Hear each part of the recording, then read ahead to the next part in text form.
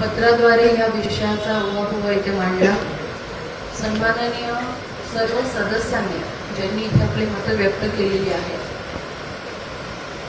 मला असं वाटलं होतं की महिला भगिनी कदाचित कालचा प्रकार बघून त्यांना बोलायची इच्छा देखील झाली नाही, इतका निंदनीय प्रकार आहे।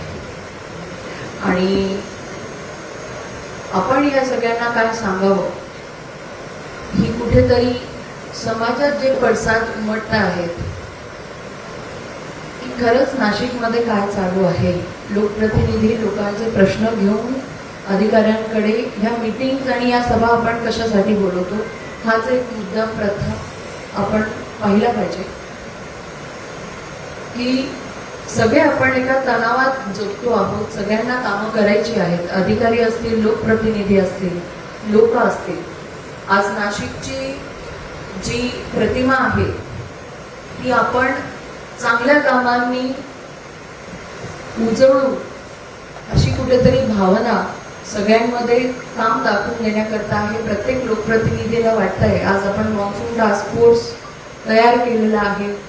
अशा या सगळ्या वातावरणामध्ये जेव्हा असं एखादं गालबोट लागतं तेव्हा नक्कीच ते अतिशय निंदनीय आहे आणि याचा निषेध मी वैयक्तिक महापौर, महिला आणि सर्व सभागृहातल्या महिला आणि सभागृहातर्फे नोंदवते।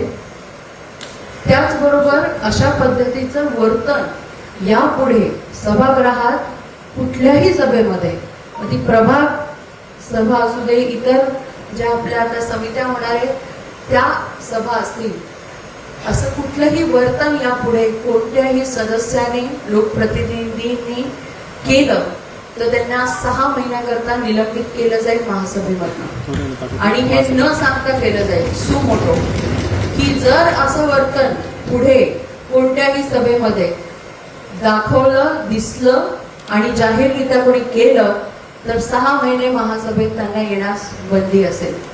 महिला ही ऐकून घेते, तिथे उपस्थित राहते।